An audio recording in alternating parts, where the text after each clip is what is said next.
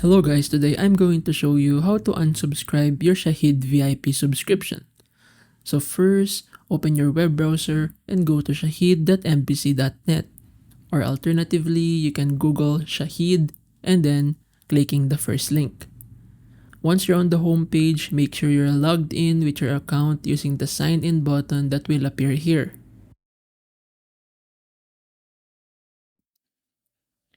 Once you're signed in on the home page, hover over My Account, and then under that, click on Account Settings.